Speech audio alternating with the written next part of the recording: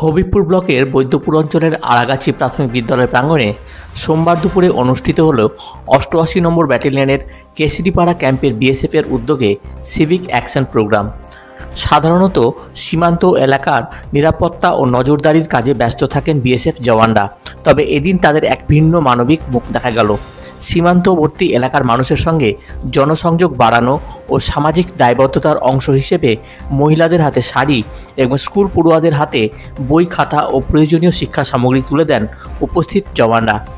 এদিনের অনুষ্ঠানে প্রধান অতিথি হিসেবে উপস্থিত ছিলেন শ্রী নরেশ কুমার লোহিয়া সহ 88 নম্বর ব্যাটালিয়নের অন্যান্য আধিকারিকরা। এছাড়াও উপস্থিত ছিলেন স্থানীয় গ্রাম পঞ্চায়েতের প্রধান ও পঞ্চায়েত সদস্যরা। অনুষ্ঠানে বিএসএফ আধিকারিকরা সীমান্ত এলাকার বাসিন্দাদের সঙ্গে সুসম্পর্ক বজায় রাখার আহ্বান জানান এবং নেশা মাদক থেকে দূরে থাকার বার্তা পৌঁছে দেন। সীমান্ত রক্ষার পাশাপাশি সাধারণ মানুষের পাশে দাঁড়ানোই এ ধরনের কর্মসূচির মূল লক্ষ্য, এমনটাই জানিয়েছেন বিএসএফ কর্তৃপক্ষ। এই উদ্যোগে সীমান্তবর্তী অঞ্চলে জনসম্পর্ক আরও সুদৃঢ় হবে বলেই মত স্থানীয়দের।